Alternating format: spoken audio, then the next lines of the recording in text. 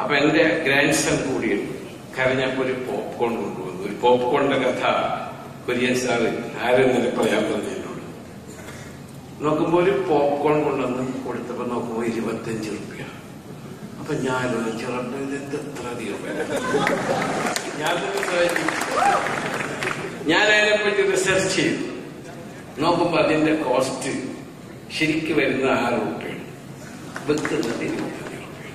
ആ സിനിമ തിയേറ്ററിന്റെ സൈഡിൽ നിന്നുള്ളൂ, ഞാൻ വെക്കണല്ല. അപ്പോ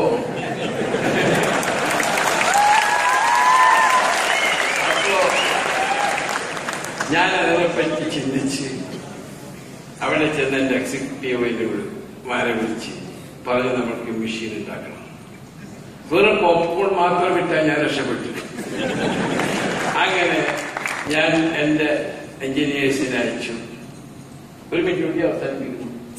എഞ്ചിനീയേഴ്സിനെ പല ഭാഗത്ത് അയച്ചു. ഇത് ഏറ്റവും ചീപ്പായിട്ട് മെഷീൻ എവിടെ കിട്ടുക, ഈ പ്രായത്തിൽ ഞാൻ ചിന്തിച്ചുകൊണ്ടിരിക്കുന്നു എന്ന് പറഞ്ഞ് മനസ്സിലാക്കാൻ വേണ്ടിയിട്ട്. അങ്ങനെ ഏറ്റവും ചീപ്പ് ചൈനയാണ്. ചൈന നമ്മളെക്കാളും വളരെ ഉയർന്നതാണ്. കാരണം എന്താണെന്ന് വെച്ചാൽ നമ്മൾ പിന്നോട്ട് പോയി, ചൈന മുന്നോട്ട് പോയി. അതന്നെ ഇതിന്റെ വ്യത്യാസം.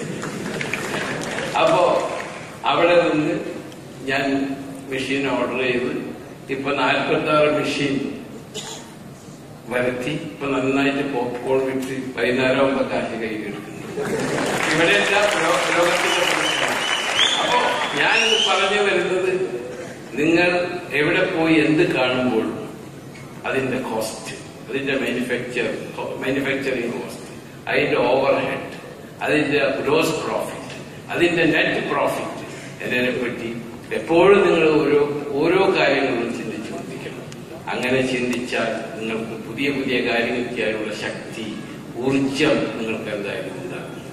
നിങ്ങൾ എന്നോട് കാണിച്ച ഈ സ്നേഹത്തിനും, ഞാൻ നിങ്ങളുമായിട്ട് ഇത് അറിയണമെങ്കിൽ നേരത്തെ 1 മണിക്കൂറോളം സംസാരിച്ചു, സമയമില്ലാത്ത നിങ്ങളെല്ലാവരും ഉയർന്നു വരണമെന്നും നിങ്ങളെല്ലാവരും കച്ചവടക്കാരനാകണമെന്നും. കാരണം ഇന്നലെ ഒരു എംടെക് എഞ്ചിനീയർ എന്റെ എത്തുന്നത് ഒരു ഐഡിയ കൊണ്ടുവന്നു. അപ്പൊ പറഞ്ഞു, ഒരു കാര്യം ചെയ്യും, നിനക്ക് ഗൾഫിൽ പോകണോ നിങ്ങൾ ഞാൻ കൊണ്ടുപോകും. എംടെക് ഇലക്ട്രിക്കൽ എഞ്ചിനീയറാണ്. ഞാൻ ചോദിച്ചു ഗൾഫിൽ പോകണോ? അപ്പൊ പറഞ്ഞു, ഞാൻ ഗൾഫിലേക്കില്ല. ഞാൻ ചോദിച്ചാൽ എന്താ കാരണം? ഇല്ല, കാരണം അറിയാമെന്ന് ഗൾഫിലേക്ക് ഇല്ല എന്ന് പറഞ്ഞു.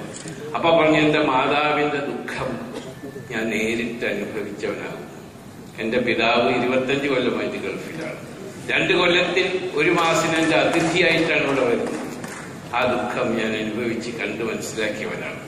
ആ അനുഭവം നിങ്ങളുടെ മക്കൾ പറയാതിരിക്കാൻ വേണ്ടി നിങ്ങൾ എപ്പോഴും കേരളത്തിന്റെ ഒരു എൻവയറൺമെന്റ് സൃഷ്ടിക്കുകയും ഇവിടെ കൂടുതൽ ജോബ് ക്രിയേഷൻ ആവുകയും